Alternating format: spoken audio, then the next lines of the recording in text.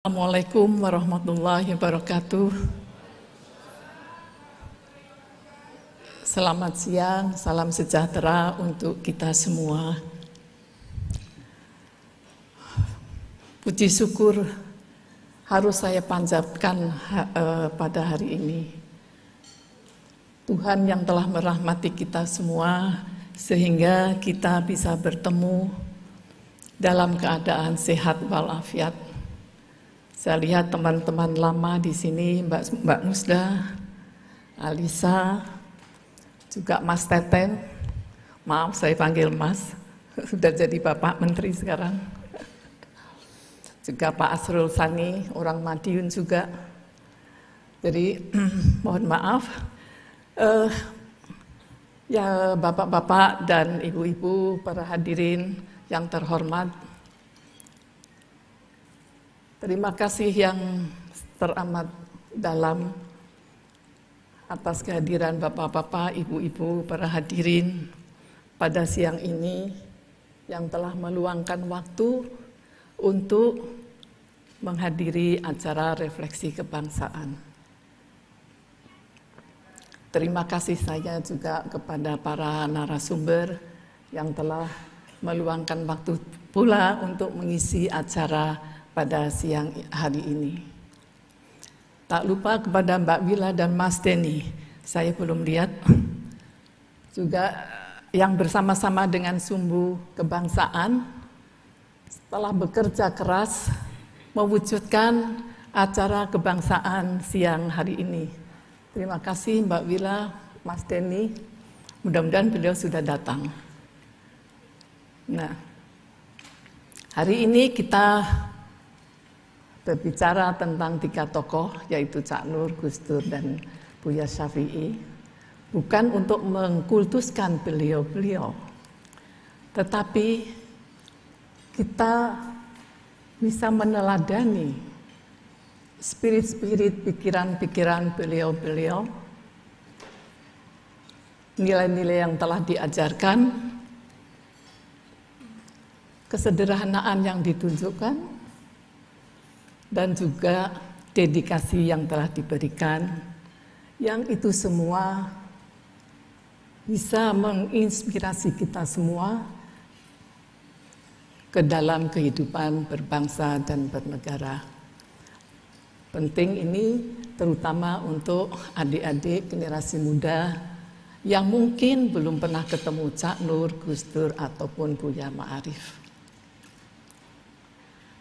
Tentang keteladanan Cak Nur, mungkin banyak orang belum tahu. Saya yang tiap hari dengan Cak Nur, dengan Siria, punya pengalaman sedikit. Punya pengalaman banyak sih, tapi mungkin antara lain saya ceritakan sedikit di sini. Yaitu saya pernah nebeng Cak Nur. Cak Nur mau ke seminar, saya ingin ke rumah teman saya. Di tengah jalan saya bilang sama Cak Nur, "Pak, Mama berhenti di tukang jual rokok itu loh, di depan sana itu."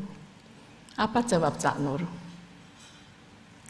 "Jangan, Mama kok jangan berhenti di sana." "Loh kenapa?" saya bilang. "Kalau Mama berhenti di sana nanti dia kecewa, kasihan." "Kok kecewa, kenapa?" Habis Mama turun, waktu Mama turun, dia menyangka dia akan beli rokok. Tapi Mama kan nggak beli rokok dia. Jadi kasihan, nanti dia kecewa katanya. Nah itu begitu halusnya Cak Nur. Kemudian juga contoh lagi misalnya, kami punya tetangga yang merayakan Natal. Tiap tahun Cak Nur pasti belanja kue-kue banyak untuk diantar ke tetangga. Kalau Cak Nur tidak ada, pasti wanti-wanti saya, pesan supaya saya tidak lupa memberikan hadiah untuk tetangga yang merayakan hari Natal. Kata Cak Nur, kita ikut kebahagiaan mereka, Mereka bahagia, kita juga bahagia karena melihat mereka bahagia, katanya. Nah, Nah itu. Kemudian tentang apa ya, dedikasi. Kalau untuk rakyat Indonesia, negara Indonesia itu Cak Nur sudah 100%. Jadi pernah tahun 2002 kami ada Cak Nur dapat tawaran untuk mengajar di universitas bergengsi di Amerika, Harvard University dan North Carolina, 2 universitas di Amerika. Saya senang karena artinya lebih enak deh di sana, mungkin lebih terjamin daripada di sini. Cak Nur kesana sini sana sini, agak sedikit sengsara kalau untuk dapur. Kemudian saya bujuk Cak Nur tiap hari, tapi Cak Nurnya cuma diam saja. Saya pikir dia repot akan menjawab saya. Tapi beberapa hari kemudian Cak Nur ngajak duduk, "Mah sini duduk sini." Akhirnya ada apa? Akhirnya Cak Nur begini, "Mah, nggak usah ya ke Amerika ya." Sambil ngelus saya. "Loh kenapa?" Saya bilang gitu. "Di sana Papa cuma ngajar 3 kali dalam seminggu. Setelah itu Papa bisa nulis, kita enak di sana tiap bulan sudah ada pendapatan." "Iya Mah, mungkin di sana kita senang hidupnya, tetapi rakyat kita perlu kita. Masa Mama mau jadi egois? Kita kan jadi egois Mah kalau kita di sana senang-senang, sedang di sini bangsa kita memerlukan kita." Gitu. Saya bilang, "Ya yang diperlukan kan Papa bukan Mama." Cak Nur, "Loh Papa kalau nggak ada Mama kan nggak bisa." Udah merayu. Akhirnya ya itulah Cak Nur tuh memang sampai mau meninggal pun hari Jumat. Cak Nur meninggal Senin, Jumat Cak Nur meninggal, itu masih pesan bahwa minta disampaikan kepada rakyat Indonesia bahwa Cak Nur minta maaf karena tidak bisa menemani rakyat Indonesia lagi dalam mencapai cita-citanya. Karena keterbatasannya. Cak Nur begitu. Dan itu disaksikan oleh mantan presiden kita yaitu Pak SBY. Nah, itulah tadi sedikit pelajaran keteladanan Cak Nur. Nah, tentang hubungan Gus Dur sama Cak Nur, itu sebetulnya pernah dihubungkan oleh keluarga, yaitu kakeknya Gus Dur, Hadratus Syekh Hasyim Asy'ari, dengan kakeknya Cak Nur, Haji Ali Syukur, itu berteman dekat sekali. Saking dekatnya, akhirnya bapaknya Cak Nur, Abdul Majid, nyantri di Tebu Ireng dengan Kiai Hasyim.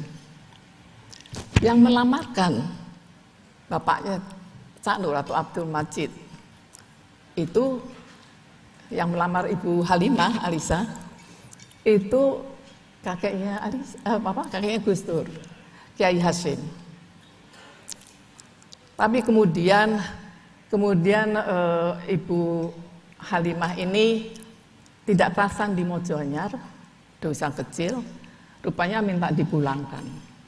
Akhirnya sama bapaknya Cak Nur dikembalikan kepada Kiai Hasyim lagi. Kata Ibu Hasyim, "Ya ngono Cit, nek bojo ayu ya ngono, repot," katanya. Kemudian ibunya Cak Nur, itu istri kedua dari bapaknya Cak Nur, itu juga Kiai Hasyim yang melamar Ibu Fatona. Jadi sangat dekat sekali. Apalagi setelah ada hubungan sapu tangan. Jadi setelah pisah beberapa tahun kemudian, Cak Nur sudah menjadi bapak. Cak Nur pernah ketemu dengan Ibu Halimah di Kongres Tarekat Naqsyabandiyah di Madiun. Ibu Halimah ini deketin Cak Nur. "Nur, kamu bahasa Jawa, tapi ini saya bahasa Indonesia. Kamu tahu nggak siapa saya? Maaf, tidak tahu ibu. Aku itu juga ibumu juga katanya. Aku istri pertama bapakmu katanya.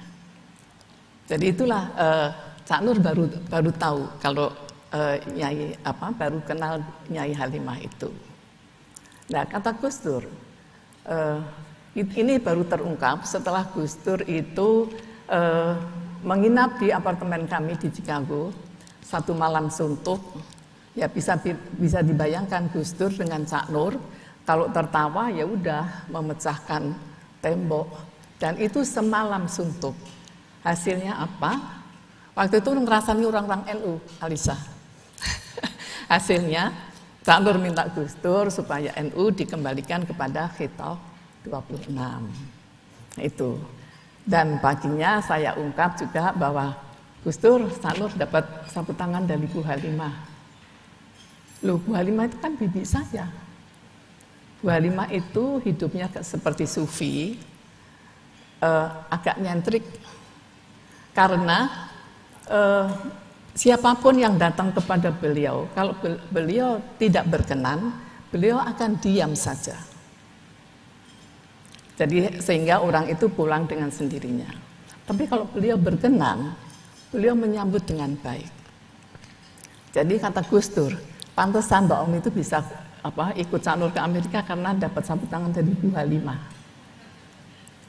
Dan itu sering sekali diungkap oleh Gus Dur ketika seminar di Jakarta pun, katanya saya iri dengan Mbak Omi. Karena di mana ada Mbak Omi, di sebelahnya mesti Cak Nur. Di mana ada Cak Nur, di belakang mesti Mbak Omi. Kok aku nggak dikasih sapu tangan oleh Bu Halimah, katanya. Ya, kemudian Mas Syafi'inya yang menjemput anak-anak.